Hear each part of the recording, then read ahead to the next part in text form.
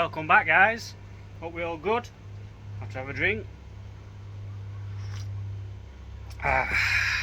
Rate them. So I've had a bit of a change of plan, bit of a change of tactics as to what I'm going to be doing.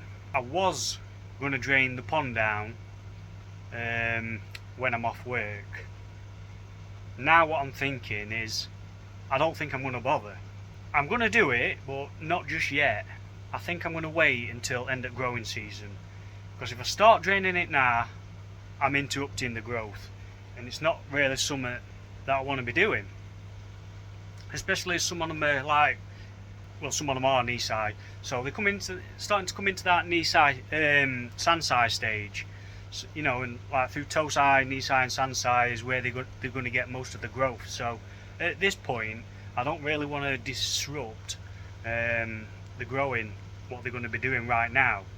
So I think I'm going to leave them, and I think what I'm going to do is I'm going to wait until end of October, something like that, and then start draining it, because I'm going to be cooling water down anyway, or starting to. There's the disadvantage of if I was to do it while we in the growing season in the next few weeks, they're going to be coming out of a pond what's at 25 degrees into a pool what's going to chill very quickly, and it's not going to do them any favours. So rather than putting them through that stress, disrupting the growing season, disrupting the growth, I'm just going to wait until end of season, and until I start dropping temperature, which is going to be end of October. And then what I'll do then is, obviously water's going to be starting to cool down anyway naturally, so I'll then transfer them into pool and get done what I need to get done. And I think that's going to be the best approach to save putting them through any unnecessary stress. What I'm going to try and do as well, an idea what one of my subscribers gave me, can't quite remember off the top of my head who it was, but I will have a look back through the comments of the last video and drop his name in, give him a mention. But what I'm going to do is the adapter, what goes onto my diffuser, is what I found knocking about is a rubber boot. So I'm going to use this 1-inch rubber boot. I've put it onto the bottom of the diffuser adapter, tightened it up, and that seems pretty good. And then obviously the other end I'll tighten right down onto the pipe that's sticking up in the basic bottom drain, and I think that'll do. They're not butterfly wings on these Jubilee clips, so I don't think there's going to be much risk of snagging anything, any algae or anything like that. And I'll probably just, once I've tightened them up, I'll probably put some over those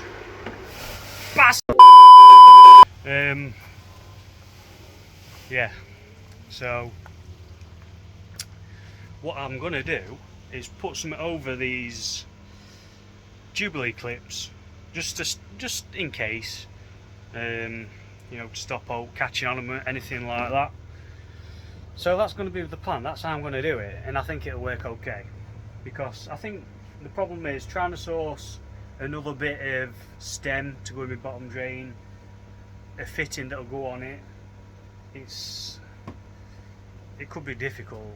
I don't know whether whether you can just buy the stems and the fittings for all the stems or what, because they're not standard size fittings. They're not 1.25" or anything like that. So I think by doing it that way, I think it's going to get me out of Sheik's Creek, to be honest with you. So that's what's going to be happening with that end of October. That's when I'll do it. A few things I've had delivered today from Mark's Country Koi. Thank you very much, buddy. Go and check Mark's Country Koi out, guys. He's got a shop and a very good service. I've had from him what I'm going to start using quite regular, just to, because we don't really know what's in tap water, things like that, when we're topping his ponds up.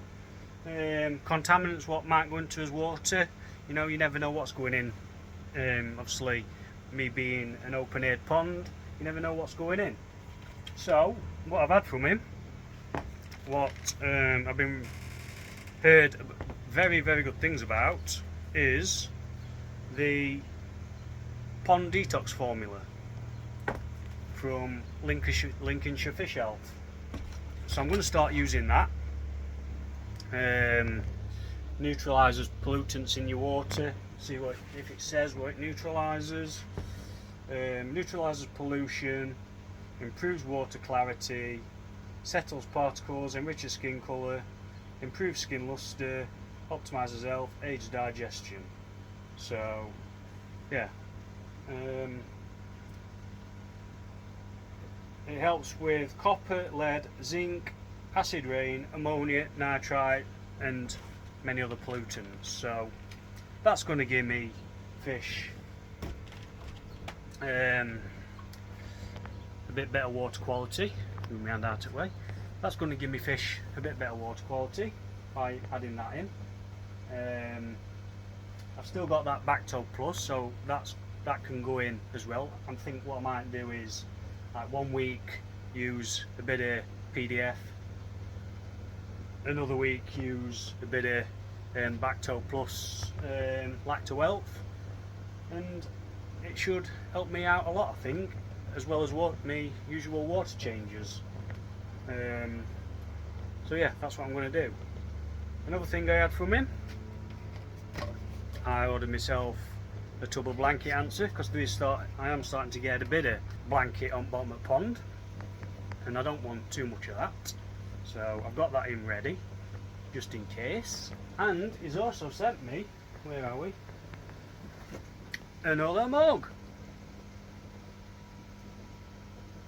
Mark's Country Croy. You can find him on TikTok, Facebook, Instagram,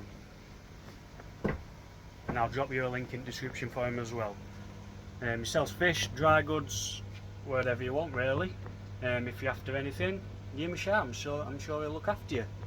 Right, let's go see what these greedy gannets are up to. Not a lot. Not a lot. It don't rain, it pours. So I noticed a few fish flashing. Scraped a couple, and I found Costia. It never rains, it bloody pours. We'll get there one of these days, I'm telling you. I'll drop a quick video of what I took through the microscope.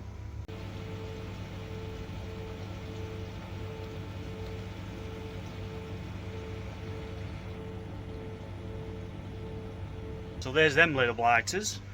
Now I'm just having a bit of a conundrum of the best method to treat these Costia. There's a few options. Obviously there's your usual ones: FMG, PP, Alparex, salt. Don't really want to be putting salt if I can help it, because I'm only just getting rid of the salt out of my water from what we were in before. I think now I'm at about 0.15, something like that, so I'm getting there with it. My other option, because I'm already at 25 degrees as it is to sweat them out. So yeah, now according to a few articles what I've read online, I have heard it before anyway, but according to Duncan Griffiths, Costia is unable to survive above 28 degrees. A few other articles say above 30 degrees. I'm not quite sure which one, if it's true at all. I have heard that some people it's failed on using heat to try and rid Costia, so that's another thing to bear in mind. But at the minute, over these next few days, over this next week or so, we've got some pretty mild weather. So I think what I'm going to do, while we've got this warm weather, and I'm already at 25 anyway, is I'm going to try the heat first. I've got the added benefit of having solar panels, so it's not going to cost me as much to heat anyway, while we're having these nice days. So I may as well try and use the heat to get rid of the Costia, rather than chucking chemicals in first. I think, I mean, I don't know, I can't remember how much a bottle of FMG is. What is it? Because I've got a litre bottle of FMG. I can't remember, I'll have to have a look. But what are they? I don't know, 20 odd quid or something? I can't remember. But I don't think it's going to cost me any more than 20 quid. In fact, I know it isn't. It's not going to cost me more than 20 quid to heat it up to 30 degrees. I'm already at 25 now. We've got these nice few days in the week ahead. I don't think it's going to cost me any more than 20 quid to keep it heated at 30 degrees for you know, for 4 or 5 days or whatever. I'm going to be blasting a bit more air into the pond. I'm going to turn me flows up, so I'm turning me water over a bit more. What else am I going to do? And I'm going to turn me shower up, so that's blasting water a bit faster as well. So I'm going to be putting as much movement in water, as much oxygen into water as possible due to the increased temperature. If we go out here and have a look, I've already put it on. So we're at 25 at minutes. It's 20 degrees outside and it's 10 to 8, so you know, we're not doing bad. It's gonna, I think it's probably drop outside temp a little bit tonight. I might chuck covers on just overnight just to try and aid it in reaching that temperature a bit quicker.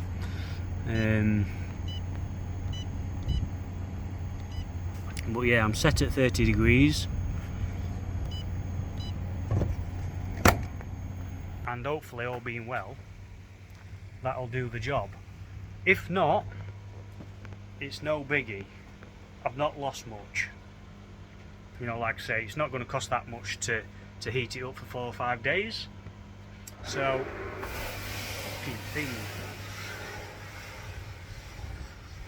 someone did actually say to me, I think it when we went to koi collection, why don't you just turn it off when you're doing your recording? Because I don't want to. No, so it's put me off now. I can't remember what I was saying. Yeah, so I may as well try and heat first rather than chucking a load of chemicals in. If the heat doesn't work, then no biggie. We'll just revert back to trying FMG or PP or whatever. So yeah, that's where I'm at a minute, guys. And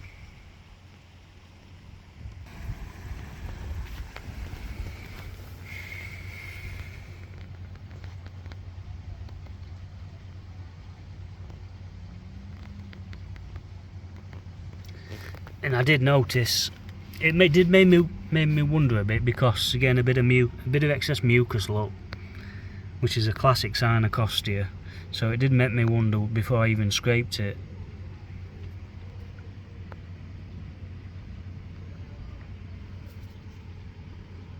That's it.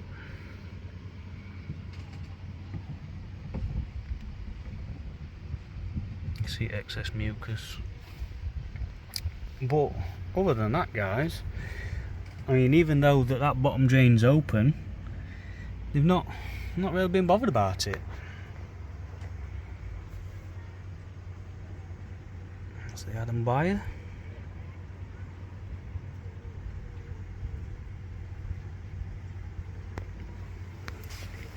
Yeah, even though that bottom drain's been open, they've not been near it. Well, they have been near it, but you know, just pecking at algae around it. But that's as far as it goes.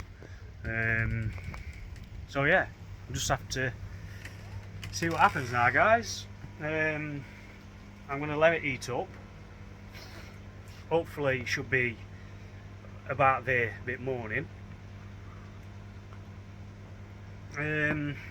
and then I'm just going to have to let it do its thing for the next 4 or 5 days and see where we are after that.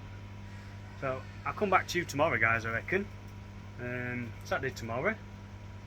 Yippee. No work. And see where we are then. See where temperature's at with it. So I'll see you tomorrow, guys. Morning, guys. Are we all good? Saturday morning. And it's still not up to temperature yet. To be fair, I didn't actually put covers on last night, so that's not going to help matters, is it?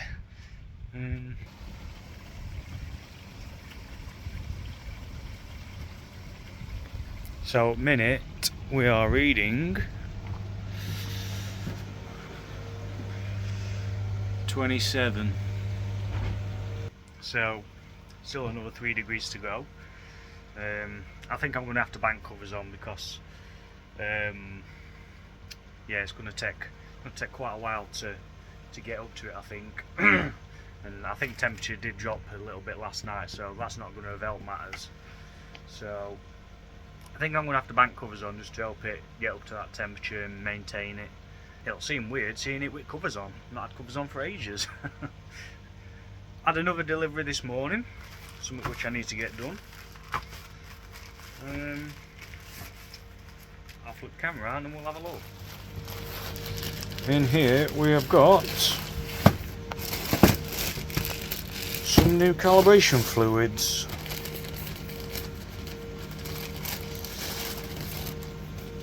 That's pH 7. That's pH 4. It does need doing because on last calibration what I did, I only managed to calibrate the pH 7 part of it, so it does need calibrating. I'll run through it just so you can see the calibration process of these Blue Lab Guardians. So yeah, I think I'll jump into it straight away. Right, so the way this process works is, first off you have to rinse your pH probe. And for me calibration fluid, I just use a little small pot to put some fluid in to drop the probe into. Now, before I even go any further with this, I'm going to turn my wash pump off so I don't get interrupted. Alright, so all I do with this, I just give my pH probe a quick swirl round in fresh water to begin with, then grab myself a QT tip and just get it cleaned down to get all the crap off it.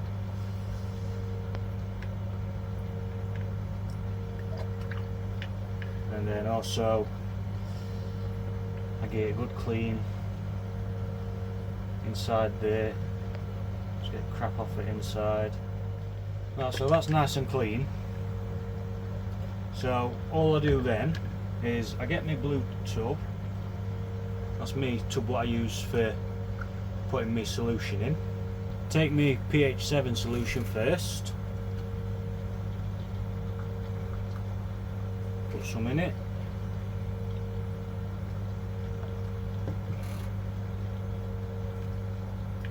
Take my probe out of there and just drop it in there.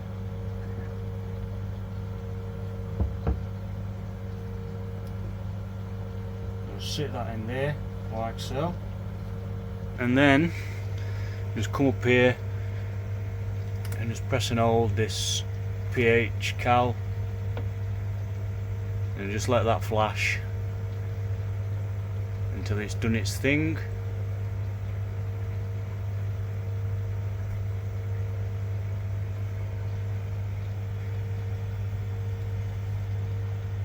So that's pH 7 done. So now that's calibrated for pH 7. And then what I do, just put you back down a second, is I'll take that back out of there, drop it back in there, get rid of this. I've rinsed this blue pot out and cleaned it, and then I take my pH 4 solution and do the same with that. Put some in there.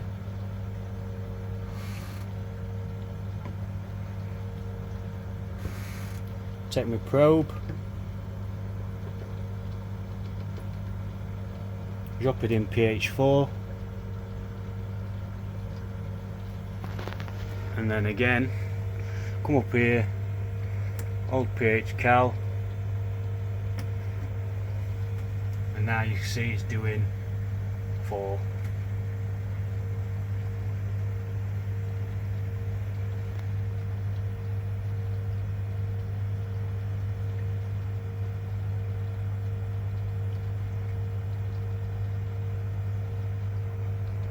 And that's it, that's calibrated to pH 4 now. So all I do again then is take it back out of that solution, give it a swirl round in fresh water,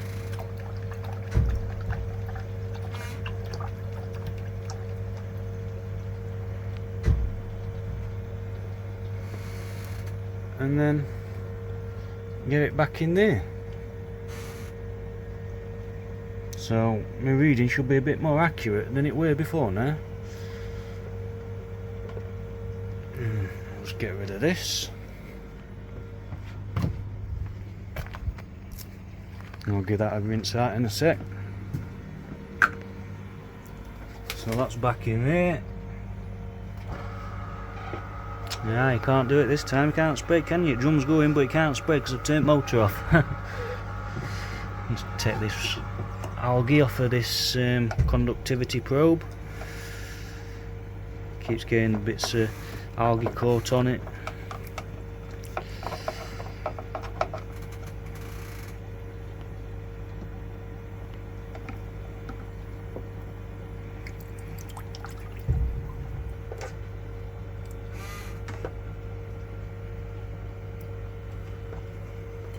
So now my pH